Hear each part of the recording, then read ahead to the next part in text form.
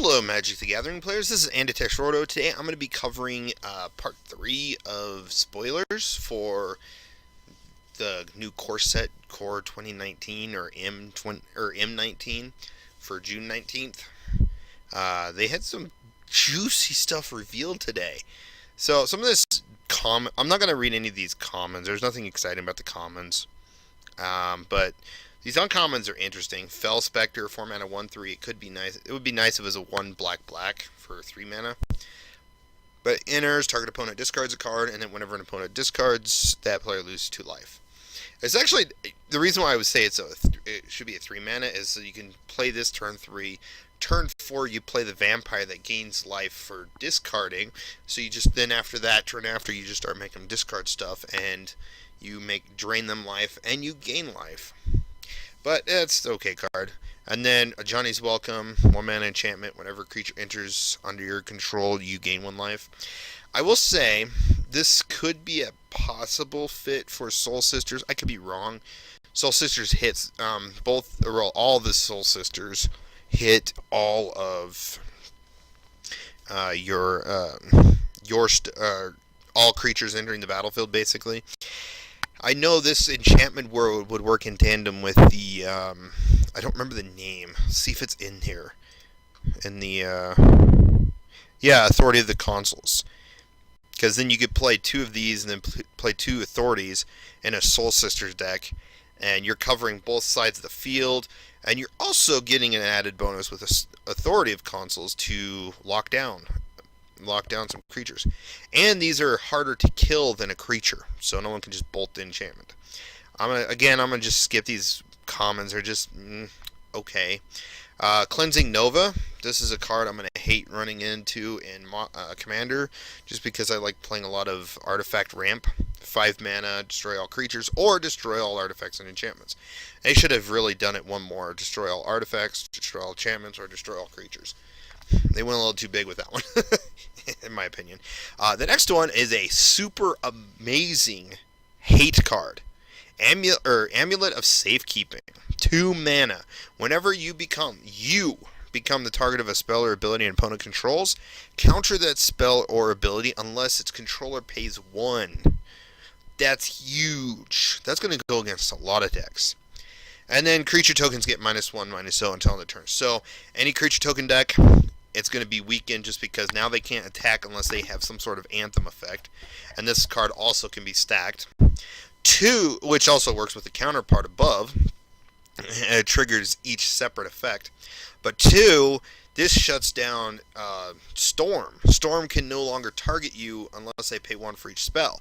So they have to have an extra like 20-30 mana open before they storm off just to pay for that, which sometimes they fizzle before then. So that's big, and actually I like it. There's a lot of hate going out there. I know these cards are like more built towards hating a lot of the different modern decks, which is what Coresets are supposed to do. I don't know why they ever decided to get rid of Coresets, but I'm glad they're actually starting to answer some decks that are a little too powerful in modern, just to make it more interesting. The only downside of this is the more hate cards they make, the more likely someone's going to build a hate style deck, even though that's kind of been made with the whatever death and taxes or any type of those combos. Yeah, this is really, they just keep making those kind of cards. Someone's going to make a deck. It's just all the hate cards in the world. 2 of, 3 of, and they might have to go down to 3 ofs on a lot of them just to have the variety you want. And then you win through some other crazy way. So, but yeah, I just want to mention that one for sure. Goreclaw, Terror of Kalsisma. I don't know if I'm pronouncing it right. Creature spells you cast with a power 4 or greater cost 2 less.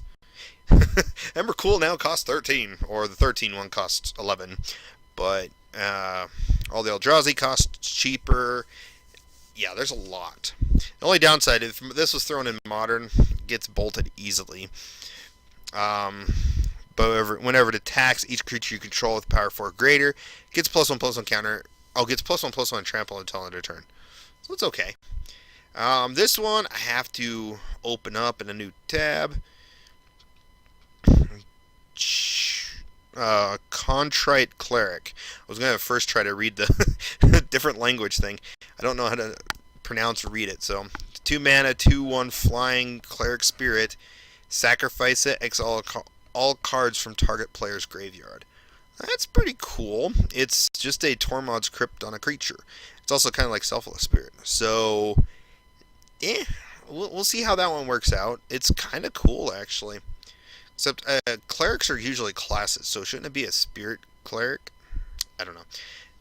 Unless it's just translation error or something. I don't know. I can't say for sure. Open the Graves, a great card for commander zombie decks, and I really want one. Whenever a non-token creature you control dies, you just create a 2/2 zombie in its place. So you have a zombie die, you get a zombie back. That is so cool. Ishreth the Awakener.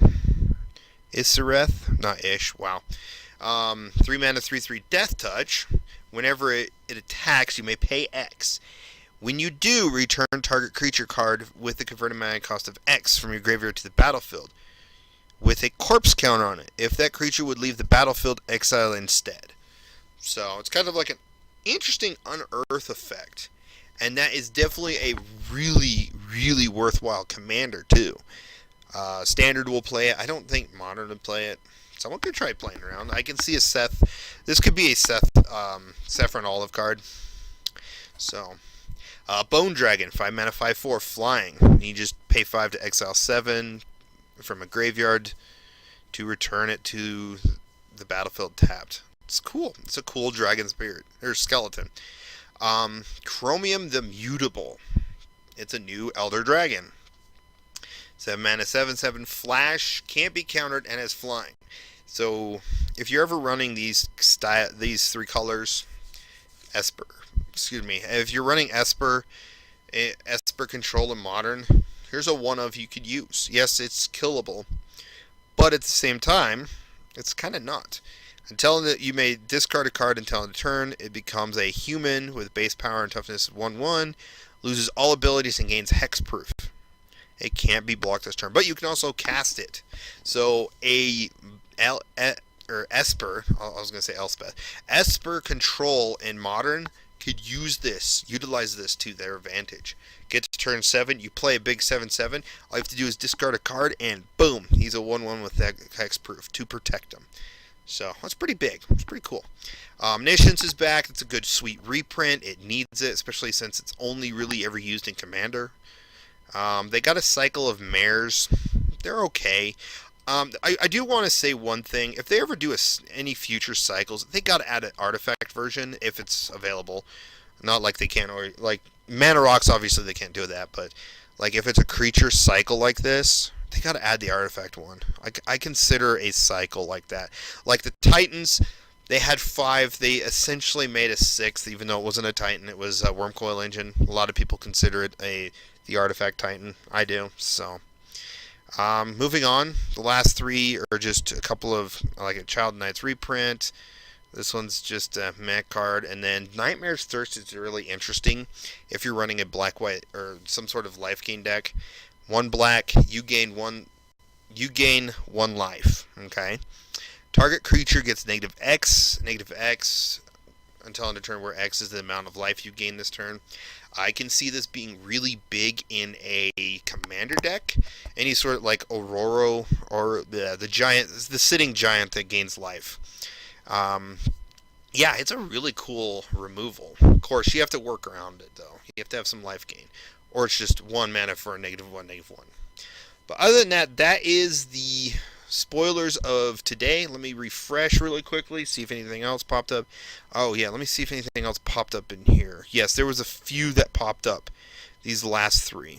Of course, there was this card that was moved down here. I don't know, that was just weird, but I guess that's in the Planeswalker decks. But let's cover...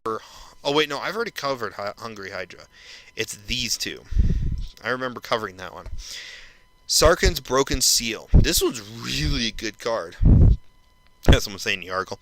Whenever you cast a creature spell with power 4, 5, or 6, you may target a creature, planeswalker, or player. and this enchantment deals 4 damage to the target. Whenever you cast a creature spell with power 7 or greater, deals 4 damage to all creatures and all planeswalkers each opponent controls. That's huge. That's huge. This is a really good card. Commander, everyone's going to love this card in Commander. But maybe someone will try it in Modern somehow. Maybe a mono red or a red Tron deck. But we'll see how that one works out because they've gotten some more hate cards against Tron lately. And then Mistcaller, 1 mana, 1/1. You sack it until end of turn. If a non-token creature would enter the battlefield, it won't, and it wasn't cast, exile it instead.